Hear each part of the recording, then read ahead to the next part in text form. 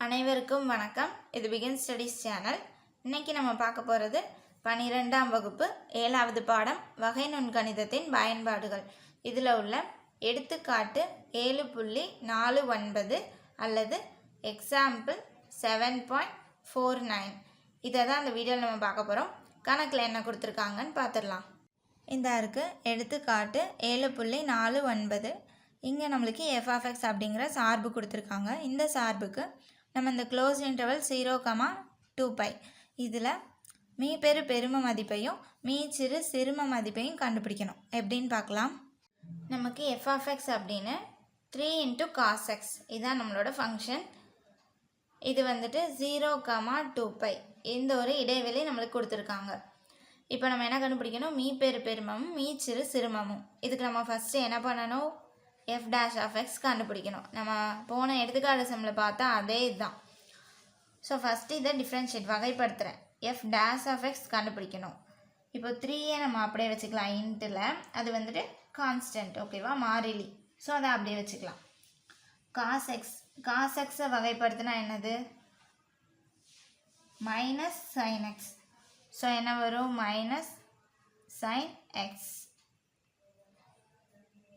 இப்போது இதை நம்ம எப்படி எழுதிக்கலாம்? -3 × sin xன்னு எழுதிக்கலாம். அடுத்து நம்ம என்ன பண்ணணும்? அறுதி மதிப்புகளை கண்டுபிடிக்கணும். ஸோ என்ன பண்ணுறேன்?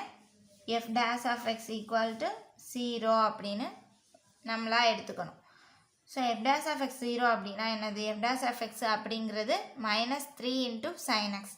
ஸோ -3 × sin x தான் நமக்கு 0. -3 இந்த சைட் போனால் 0/டிவைடில் போகும். ஸோ அதுவும் என்ன ஆகிடும்? 0 ஆகிடும். அப்போது sin x = 0. சைன் எப்போலாம் 0 ஆகும் அப்படின்னா நமக்கு சைன் கர்வ் தெரிஞ்சிருக்கணும். அது எப்படி இருக்கும்னா 0π 2π இப்படி தான் நம்ம போடுவோம். ஸோ -π இந்த வேல்யூஸ். இப்போது சைன் 0 அப்படி எக்ஸோட மதிப்பு 0வாக இருந்தால் சைனோட மதிப்பு 0 தான். sin 0 0. அடுத்து இங்கே இடையில π/2. sin π/2ல என்ன ஆகும் அப்படின்னா 1ங்கிற வேல்யூக்கு போயிடும். அதே மாதிரி sin πல என்ன ஆகும்னா திரும்ப 0க்கு டிக்ரீஸ் ஆகிடும் அந்த ஃபங்க்ஷன். அதே மாதிரி இங்கே 3π/2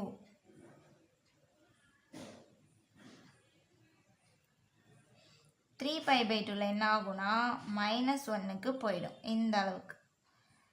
ஸோ அடுத்து 2πல திரும்ப 0க்கு வந்துடும். அப்போ என்ன அர்த்தம்னா சைன் எப்போவுமே 0π 2π அடுத்து என்ன வரும்? 3π 4π அதில் எல்லாமே 0வாக தான் இருக்கும். அதாவது nπ அப்படின்னு சொல்லுவாங்க. எக்ஸோட வேல்யூ வந்து nπ. நமக்கு கொடுத்த இன்டர்வல் என்னென்னா 0 to 2π தான். ஸோ 0 to 2π அதுலேயுமே 0வும் 2π நம்மளுக்கு என்ன பாயிண்ட்டு? என் பாயிண்ட்ஸ், அதாவது முனைப்புள்ளிகள். ஸோ அதையும் விட நமக்கு எந்த மதிப்பில் மட்டும் 0 ஆகுதுன்னா பையில். ஸோ நம்ம என்ன சொல்லணும்னா x = π. அந்த பை எதுக்குள்ளே இருக்குது அப்படின்னா ஓப்பன் இன்டர்வல் 0,2πக்கு உள்ளே இருக்குது. ஸோ நமக்கு என்ன அப்படின்னா x = π அப்படிங்கிறது நிலைப்புள்ளி. அதுக்கப்புறமா x = 0 and 2π இந்த ரெண்டுமே நம்மளுக்கு என்னென்னா முனைப்புள்ளிகள், ஓகேவா? இப்போ நம்ம என்ன பண்ண போகிறோம் அப்படின்னா f(x) = நமக்கு என்ன கொடுத்துருந்தாங்க? 3 cos x.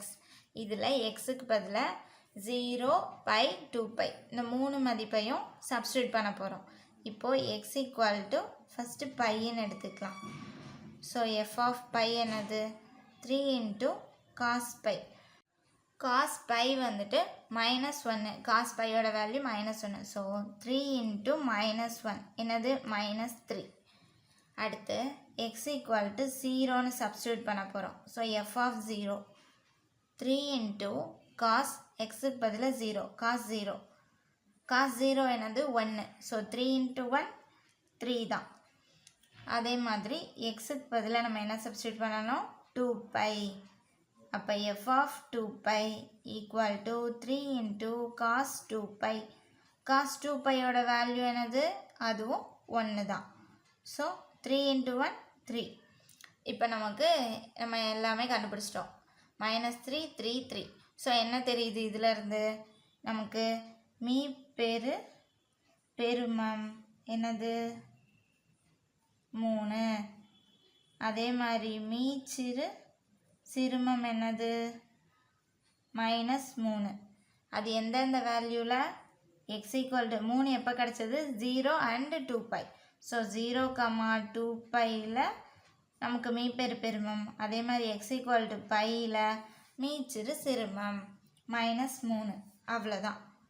இதோட இந்த சம் முடிஞ்சிருச்சு. இந்த வீடியோ பிடிச்சிருந்தா லைக் பண்ணுங்கள். ஏதாவது டவுட் இருந்தால் கமெண்ட் பண்ணுங்கள். தேங்க்யூ.